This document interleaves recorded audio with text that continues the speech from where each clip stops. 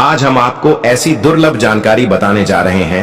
कृष्ण जन्माष्टमी के दिन गाय को एक चीज खिला देते हो तो आपकी जन्मों जन्मांतर की भगवान श्री कृष्ण की कृपा से हमेशा के लिए समाप्त हो जाएंगी।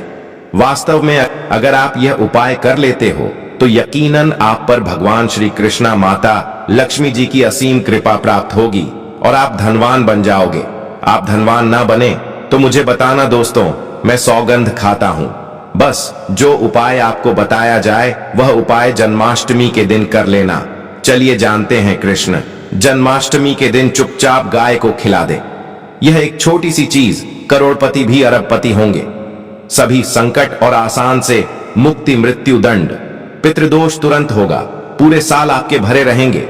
अन्य धन के भंडार यूं कहें कि आपकी 7 पूछतें तक करेंगी। रूपों पैसों पर राज बैंक बैलेंस बढ़ता चला जाएगा। आपके घर में वेतन है वह कभी खर्च नहीं होगा और बढ़ता ही जाएगा। सभी दुख दर्द संकट कष्ट दूर हो जाएंगे दूर, और सभी सुख आपके कदमों में आ जाएंगे। सभी सुख आपके कदम चूमेगी यदि आप यह एक छोटी और खास चीज जन्माष्टमी के दिन चुपचाप गाय को खिला देते हैं तो तत्काल गरीबी आपके जीवन से खत्म हो जाएगी। योग से राजा बन जाता है और 33 कोटि देवी देवताओं को धारण करने वाली गौ माता की असीम कृपा व्यक्ति पर आजीवन बसती है। भगवान श्री कृष्ण माता लक्ष्मी की कृपा से व्यक्ति के घर में कभी भी अन्य धन वस्त्र की कमी नहीं होती। अन्य धन के भंडार व्यक्ति के घर में भरे रहते हैं। जन्माष्टमी के दिन गाय का यह उपाय करने से व्यक्ति के जीवन से तत्काल गरीबी खत्म हो जाती है। तो दोस्तों, कौन कौन से बेगौ माता से जुड़े खास और महत्वपूर्ण उपाय हैं जिन्हें यदि जन्माष्टमी के दिन कर लेते हैं तो दोस्तों, गाय का उपाय बताने से पहले मैं आपको जन्माष्टमी पूजा के बारे में थोड़ा सा जानकारी दे देता हूं कि जन्माष्टमी का व्रत कब रखा जाएगा और जन्माष्टमी कब मनाई जाएगी। पूजा का शुभ मुहूर्त क्या है। पंचांग मुताबिक हर साल श्री कृष्ण जन्माष्टमी भादो मास के कृष्ण पक्ष की अष्टमी तिथि को मनाए जाने का विधान है। इस दिन भगवान श्री कृष्ण जन्मोत्सव होता है। आपको बता दें कि भगवान श्री कृष्ण के जन्म के समय अष्टमी तिथि रोहिणी नक्षत्र, लग्न वृषभ राशि और बुधवार का दिन था। वहीं भगवान का जन्म मध्य रात्रि को हुआ था। इस दिन श्री कृष्ण के बाल स्वरूप लड्डू गोपाल के रूप में उनकी मूर्ति का पूजन करना शुभ होता है। इस साल जन्माष्टमी का पर्व 16 अगस्त को मनाया जाएगा। साथ ही इस दिन सर्वार्थ सिद्ध और अमृत सिद्ध योग बन रहा है, जिससे इस दिन का महत्व और भी बढ़ गया है। आइए जानते हैं तिथि और शुभ मुहूर्त। कृष्ण जन्माष्टमी तिथि 2025 पंचांग के मुताबिक 15 अगस्त को देर रात 11:48 पर भाद्रपद माह के कृष्ण पक्ष की अष्टमी तिथि आरंभ होगी। वहीं 16 अगस्त को रात 9:35 पर अष्टमी तिथि का अंत होगा। भगवान कृष्ण का जन्म मध्य रात्रि में हुआ है, इसके लिए भगवान कृष्ण का जन्मोत्सव मध्य रात्रि में मनाया जाता है। शास्त्रों के अनुसार श्री कृष्ण जन्माष्टमी पर भगवान कृष्ण मथुरा नगरी में राजकुमारी देवकी और उनके पति वासुदेव के 8वें पुत्र के रूप में अवतरित हुए थे। मान्यता है कि जो व्यक्ति कृष्ण जन्माष्टमी का व्रत रखकर पूजा अर्चना करते हैं उनकी सभी मनोकामनाएं पूर्ण होती हैं। साथ ही कृष्ण जन्माष्टमी पर भगवान कृष्ण की आराधना करने से सुख समृद्धि की प्राप्ति होती है। साथ ही जन्माष्टमी का व्रत रखने से व्यक्ति को अक्षय पुण्य की प्राप्ति होती है। वहीं इस दिन लोग भजन कीर्तन करते हैं और जन्मोत्सव मनाते हैं। इस दिन के लिए मंदिरों को विशेष तौर पर सजाया जाता है। वहीं महाराष्ट्र में जन्माष्टमी के दिन दही हांडी का आयोजन किया जाता है, जो भगवान कृष्ण के बचपन की लीलाओं का प्रतीक है। जन्माष्टमी के दिन गाय को एक छोटी सी चीज खिला देते हो बिना किसी को बताएं तो यकीन मानिए दोस्तों, करोड़पति बनने से विधाता भी नहीं रोक सकता। भगवान श्री कृष्ण को प्रिया गौ माता को कुछ ना कुछ जरूर ही खिलते हैं। इससे मनुष्य के जन्मों जन्म अंतर की गरीबी हमेशा के लिए नष्ट हो जाती है। दोस्तों, जिस दिन का इंतजार पूरे साल भर से दुनिया भर के हर पंडित, एस्ट्रोलॉजर और हर हिंदू भाई है को रहता है, वह दिन अब आ गया है, क्योंकि यह दिन साल में एक ही बार आता है, ना कि बार बार। जो दोस्तों आपकी जानकारी के लिए बता दें, हिंदू धर्म में जन्माष्टमी को बहुत ही धूमधाम से मनाया जाता है। प्रकृति भी जन्माष्टमी के आने का स्वागत करती है चारों तरफ। हरियाली ही हरियाली, महिलाएं पेड़ पर झूला डालकर झूला झूलती हैं। सभी तरफ एक अलग ही दिव्य वातावरण फैला होता है जो कि प्यार की सौगात है। यह जन्माष्टमी प्यार की सौगात को लेकर आता है, इसलिए इस महीने को प्यार का महीना भी बोलते हैं। सुहागन महिलाएं जन्माष्टमी का व्रत रखती हैं। इसी के साथ साथ कुंवारी कन्याएं और पुरुष भी इस व्रत को रखते हैं और इसमें सबसे पहले भगवान श्री कृष्ण की पूजा की जाती है, माता लक्ष्मी की पूजा की जाती है, देवी देवताओं की पूजा की जाती है और जो भोग बनाया जाता है वह भगवान श्री कृष्ण को भोग लगाया जाता है और गौ माता की पूजा की जाती है। लेकिन इनमें सबसे ज्यादा महत्व जन्माष्टमी का माना जाता है। शास्त्रों में, वेद पुराणों में साफ साफ लिखा हुआ जन्माष्टमी का व्रत भगवान श्री कृष्ण तथा माता लक्ष्मी जी का आशीर्वाद प्राप्त करने का सबसे सुनहरा दिन होता है। इस दिन भगवान श्री कृष्ण बहुत ही ज्यादा प्रसन्न मुद्रा में होते हैं और अपने दोनों हाथों से अपने भक्तों पर कृपा बरसाते हैं। एक तरफ दोस्तों मान्यता है जन्माष्टमी के दिन जो सूर्य होता है वह अन्य दिनों के मुकाबले सबसे ज्यादा प्रकाशमान होता है। जन्माष्टमी के दिन सूर्य देवता को आगे दिया जाता है। महिलाएं जन्माष्टमी का व्रत पूर्ण जन्म में किए हुए पापों से मुक्ति पाने के लिए, संतान प्राप्ति के लिए व्रत रखती हैं। दोस्तों, अगर आप नहीं जानते तो आपकी जानकारी के लिए बता दें, एक व्यक्ति की कुंडली में अगर चंद्र ग्रह की स्थिति अच्छी है तो उसे व्यक्ति का भाग्य हमेशा उसका साथ देता है। वह व्यक्ति जिस कार्य को भी शुरू करता है उसे कार्य में उसको सफलता प्राप्त होती है।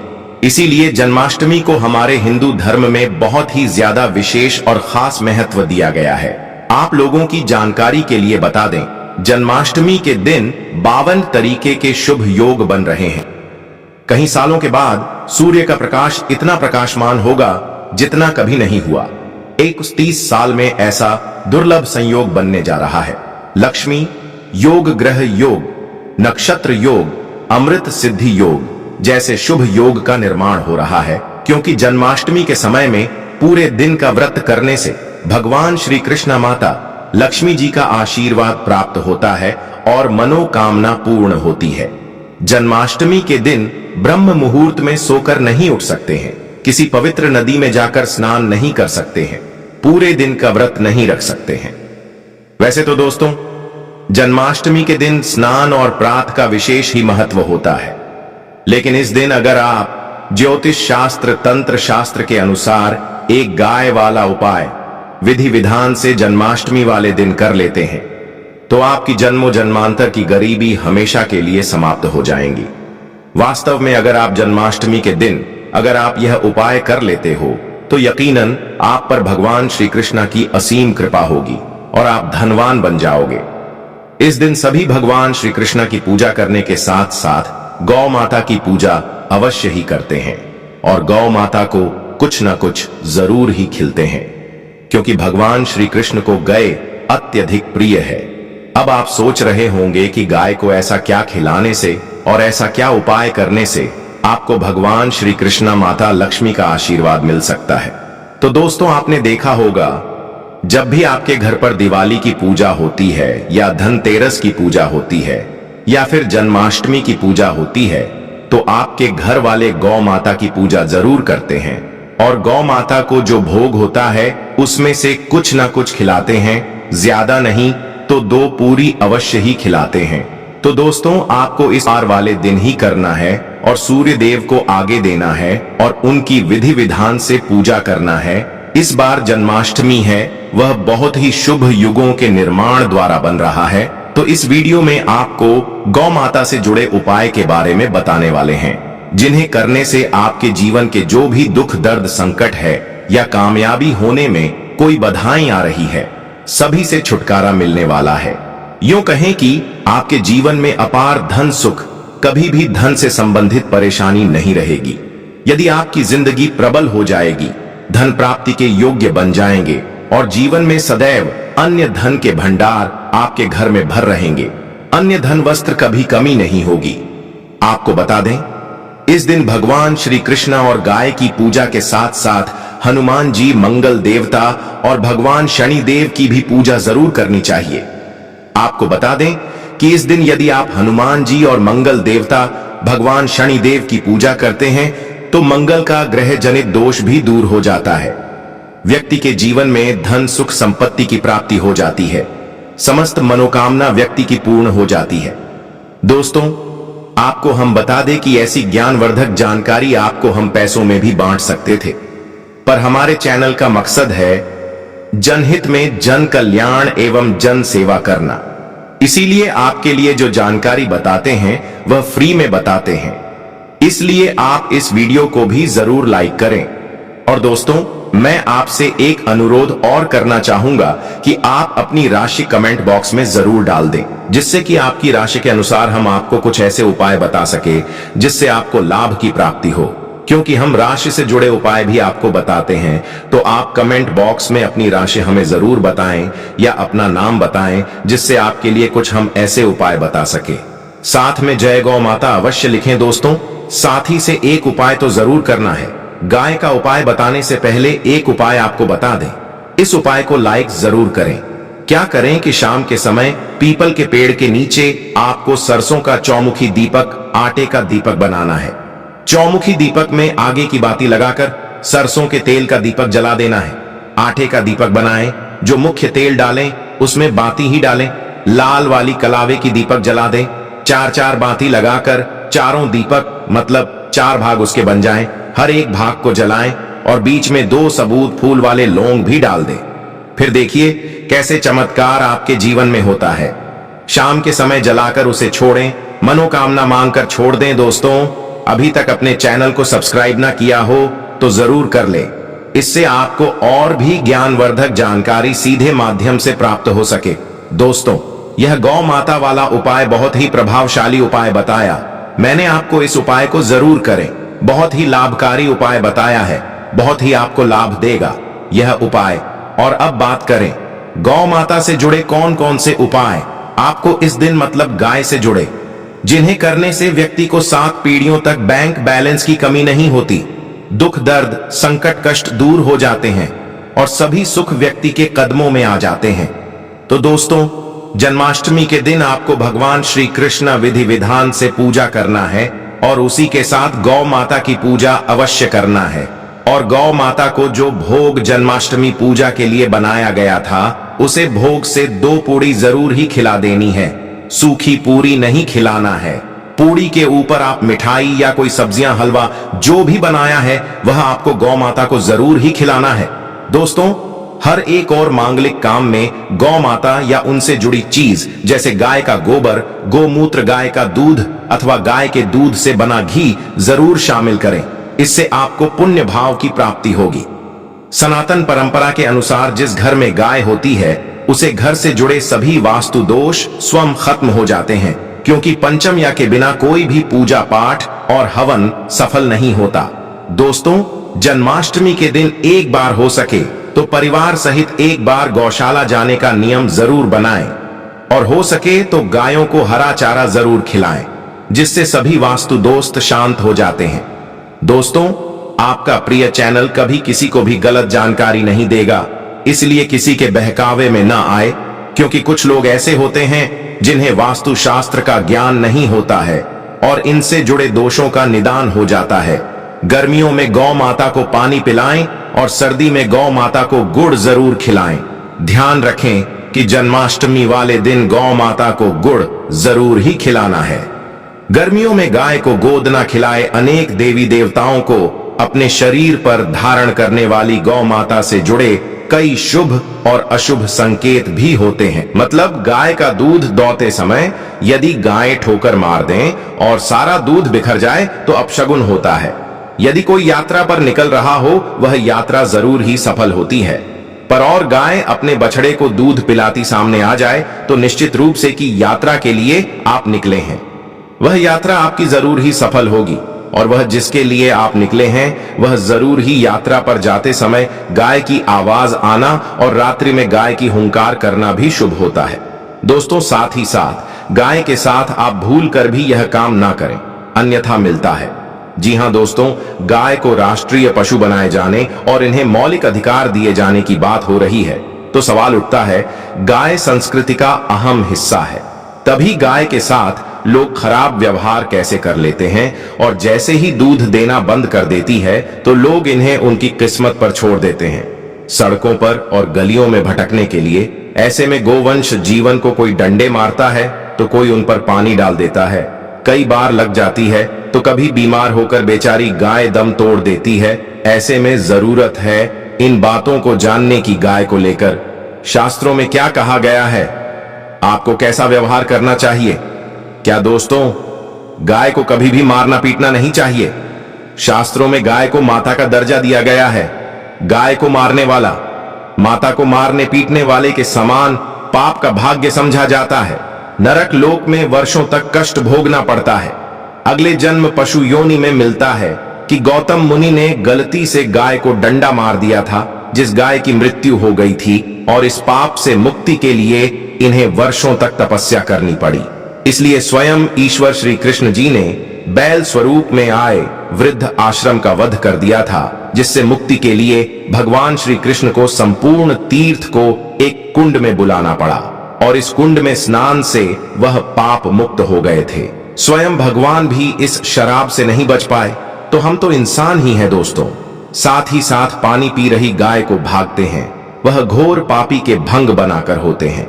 ऐसे लोग घर आपसे मुक्त होकर स्वर्ग पाए जाते हैं और बड़े ही धनवान कल में जन्म लेकर सुख भोगते हैं, और साथ ही साथ आराम कर रही गाय को कष्ट देकर कभी भी उठाना नहीं चाहिए। वह जन्म में किए गए जाने अनजाने में पापों से मुक्ति हो जाती है और गोलोक में स्थान पाते हैं। गाय को डंडा मारकर उठना, पानी डालकर उठाने से मनुष्य पाप का भागी बनता है और अगले जन्म में उसे दर दर भटकना पड़ता है। और साथ ही साथ शास्त्रों में बताया गया है, जो लोग गाय की सेवा करते हैं और उनका भोजन खिलाते हैं और उनकी परवरिश अच्छी तरह से कहते हैं, तो वह लोगों के जीवन की सभी इच्छाएं पूर्ति होती हैं। गाय के बछड़े से बचा हुआ दूध ही मनुष्य को लेना चाहिए, परंतु कुछ लोग एक बार गाय को धो लेने बाद फिर से बछड़े के लिए बचा हुआ दूध भी धो लेते हैं। ऐसा करना घोर पाप कहा जाता है। ऐसे दूध को धोने वाला और ग्रहण भी बन जाते हैं। दोस्तों, साथ ही साथ शास्त्रों में कहा गया है कि गोवंश मतलब गाय और बैल के पीठ पर नहीं बैठना चाहिए। उनका पीठ पर बैठने से महापाप लगता है। ऐसे लोगों को नरक की यात्रा भोगनी पड़ती है। एकमात्र देव के अंश के उत्पन्न नदी ही गौवंश है, जिस पर स्वयं महादेव और महादेव सवारी करते हैं, क्योंकि नंदी ने स्वयं अपनी इच्छा से महादेव की सवारी बनना स्वीकार किया था। और साथ ही साथ शास्त्रों में गाय के दान को बहुत ही महत्व दिया गया है, परंतु ऐसी गाय का दान कभी नहीं करना चाहिए जो बूढ़ी और बीमार हो। कठोपनिषद में नचिकेता की कथा भी इस संदर्भ में है कि जिस नचिकेता ने पिता द्वारा बूढ़ी गाय को दान करने पर आपत्ति जताई थी, दूध देने वाली और बछड़े सहित जो लोग गाय का दान करते हैं, वह महान पुण्य को हासिल करके स्वर्ग में स्थान पाते हैं। दोस्तों, साथ ही साथ सूर्य चंद्र मंगल या शुक्र की युक्ति राहु से हो तो पितृदोष होता है। यह भी मानता है कि सूर्य का संबंध पिता से एवं मंगल का संबंध रक्त से होने के सूर्य यदि शनि राहु या केतु या दृष्टि हो तथा मंगल की युति राहु या केतु से हो तो पितृदोष होता है। इस दोस्त से जीवन संघर्ष में बन जाता है। यदि पितृदोष हो तो गाय को प्रतिदिन या जन्माष्टमी के दिन रोटी गुड़ चारा आदि खिलाने से पितृदोष दोस्तों हर एक और मांगलिक काम में गौ माता या उनसे जुड़ी चीज जैसे गाय का गोबर, गोमूत्र, गाय का दूध अथवा गाय के दूध से बना घी जरूर शामिल करें। इससे आपको पुण्य भाव की प्राप्ति होगी। सनातन परंपरा के अनुसार जिस घर में गाय होती है उसे घर से जुड़े सभी वास्तु दोष स्वयं खत्म हो जाते हैं। गाय के ऊपर जो कुबड़ होती है वह बृहस्पति गुरु है।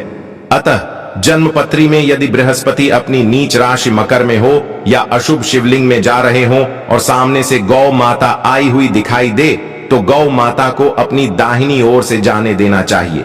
आपकी यात्रा जरूर ही सफल होगी। और साथ ही साथ यह संकेत भी जान ले, यदि आप यात्रा पर जा रहे हैं और सामने आपके गाय पड़ जाए अथवा अपने बछड़े को दूध पिलाती हुई सामने गए दिखाई दे जाए तो समझ जाना कि वह यात्रा आपके लिए जरूर ही सफल होगी। और साथ ही साथ जिस घर में गाय होती है उसमें वास्तु दोष स्वतः ही खत्म हो जाता है। और आप भी रोटी बनाएं, प्रतिदिन ताजी रोटी ही बनाएं। गाय को अगर आपने रोटी बनाई है तो कोशिश करें कि उसे रोटी को आप तुरंत ही गाय को खिला दें। अगर आप उसे रोटी को रख देंगे और उसे रोटी को अगले दिन देंगे तो वह रोटी बंसी मानी जाएगी। गाय को कभी भी बासी रोटी ना दे, इसे घर में नकारात्मक ऊर्जा वास करती है और आपकी बिल्कुल भी नहीं बनेंगे। इससे आपके घर में हमेशा दर्द देवता का वास रहेगा और आप जिस भी कम उसे काम में आपको हमेशा असफलता ही हाथ लगेगी। इसलिए कोशिश करें गाय को